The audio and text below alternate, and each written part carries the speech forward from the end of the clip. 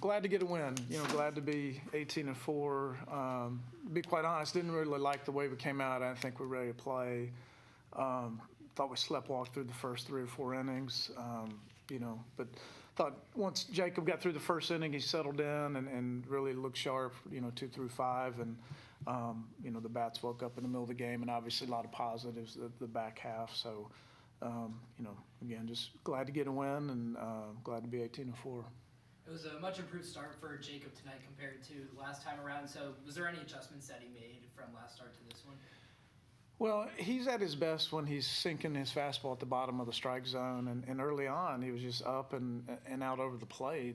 And, he settled in. And once he got that big double play ball, to his credit, he wiggled his way out of some traffic there. And after that, he started executing pitches better, and he was really good when he's 90, 91 in the bottom third of the zone and out of the middle of the plate.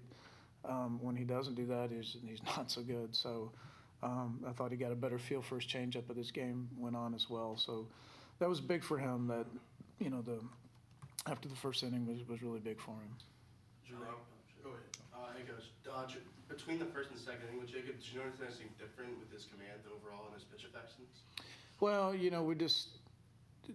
Jacob's been around the block. He's been here a long time, and he knows his strengths and weaknesses and what he needs to do. And look, we all talk about how hard hitting is, but pitching's hard too. And it's not like he's not trying. And I think just to stereotype sinker ball pitchers and guys who a changeup is their best secondary pitch, it's not uncommon to see them get better as they pitch a little bit more. So. When a guy that's trying to sink it and throwing a changeup has some adrenaline or reaches back for a little more, has more of an adverse effect for those style of pitchers than, maybe somebody else that relies on a breaking ball or fastball velo. So, it's really just him executing pitches better. Drew, obviously the bottom of the 6th is the big 5-run inning for the offense. What did you see from the offense overall, and then also take us through that was a 3-run home run? Yeah, I think we came out a little slow. A little bit of an adjustment going from being at Florida to, facing UAB tonight. You gotta go back to what works. You gotta stay aggressive, try to get in good hitters counts and put good swings on the ball, and that's what I felt like we did better towards the back half of the game. Drew, as one of the veteran leaders of the team, is there any advice that you guys are giving to the younger players now that SEC plays upon us? Yeah, I think that's something you got to learn from experience. You can talk about it all you want before we get there, but then when they get there and see, how competitive it is, every game's going to be a one-run game. It comes down to all the small stuff. They get to see it for themselves, and they saw it last weekend, and they're going to see it for 9 more weekends. Coach, obviously, Beanie had a good day getting on base with a couple walks, but he didn't have a hit again. Just what do you say from his approach and in your experience? What is best to kind of remedy, if a person's in a slump? Well, every player is different, and you gotta be fair and have some consistency, but you gotta coach them differently. And yeah, Andrew's a little bit off right now. I think just mechanically he's a little bit out of whack, and we're working through some things. And you try to be fair, but you certainly don't treat them all the same. And Andrew, because of how much talent he has and how much success he's had at the highest level, he gets a little more leeway than some of the others. So.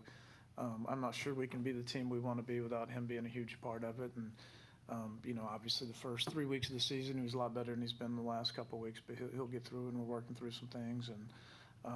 And I thought it was exactly what you mentioned.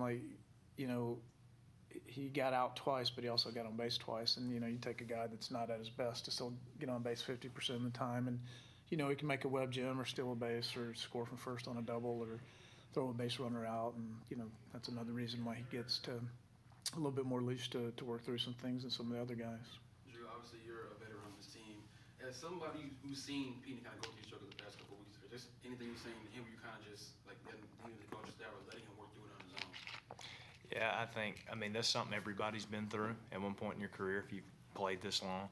And so I kind of think it's just being consistent, being there for him, not being necessarily another voice in his ear to try to tell him what he needs to do or any of that, but just being somebody that he can come to if he's got questions. What did that swing look like? What did this swing look like? But at the end of the day, hitting's mostly mental, and it's all about him knowing that he can do it, and it's just me putting him in the best position mentally to go out there and do it. Coach, first appearance of the season for Aiden Moser tonight. What did you see out of him? I thought his stuff looked good. I should have mentioned something. That was kind of a bright spot for me. He's up to 95 with a good breaking ball, and should have been a 3-up, 3-down. He's got the punch out on the ball in the dirt, but didn't block it. I thought he looked gassed. He was pretty amped up. I think he looked gassed after about 15 pitches. But he's got good stuff. We're excited to get him in the mix. I mean, like somebody we expect to be in our top 10. So we'll get him back out there again real soon. And I was very pleased with his effort. For either guy, obviously, you haven't got just to really dig deep into Kentucky, but kind of knowing that's the weekend series coming up, what are some of the earliest you noticed as to why they're successful? I mean, right now they're ranked number 22 in the nation.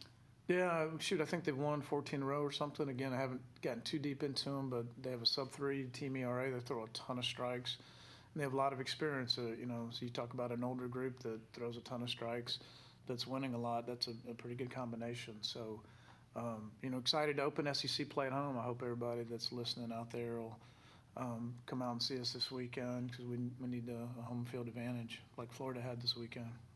Hey, Coach. What did you see differently tonight offensively, getting the 10-run rule than you did in Florida over the last series where the offense really wasn't as productive and consistent?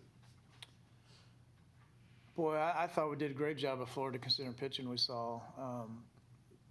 Sometimes you just got to tip your cap. And, again, Sprode on Thursday night looked like a double-A pitcher. And the next two guys are going to be top 50 picks. And I thought we really competed well at the plate. If you're truly committed to the process, I would tell you that we were way better at the plate at Florida than we were tonight, considering the differences in the stuff. And that's a hard thing for young people to understand. We won 12-2 tonight, and I kind of fussed at the team because I didn't think we brought it tonight, the first half of the game. So, everything's relative, and when you do have some, power cleans up a lot of messes. We popping up, and bam, 3-run homer, and all of a sudden it changes the game. And boy, I like those 3-run homers. When the team goes through a bullpen game, how hard is it to get into a rhythm, Drew? I think, you like to have a couple looks at a guy, to kind of learn the shape and the stuff and all that stuff. But, going into that game that it's going to be a bullpen night. So you expect, after you get done with your first at bat off the first guy, you're like, well, I am not going to see him again. It's just sticking to the main stuff, trying to get a good fastball to hit. And that's the basics of it. Kind of going back to that Florida series, Kobe Shelton actually had a pretty decent outing in his first SEC, series. Drew, what do you kind of see from him as a young player going through his first SEC season? And he's doing a great job. He's doing way better than I was doing at that point. I know that much. But he's just a real mature guy for his age. He's not looking at stats. He's not worried about what they're tweeting about him. He just comes out here every day and puts in the same work every day. I mean, he's one of the most consistent guys on the team. So, when you put that kind of work in, your mentality is just strong. And, I expect him to do that all year long.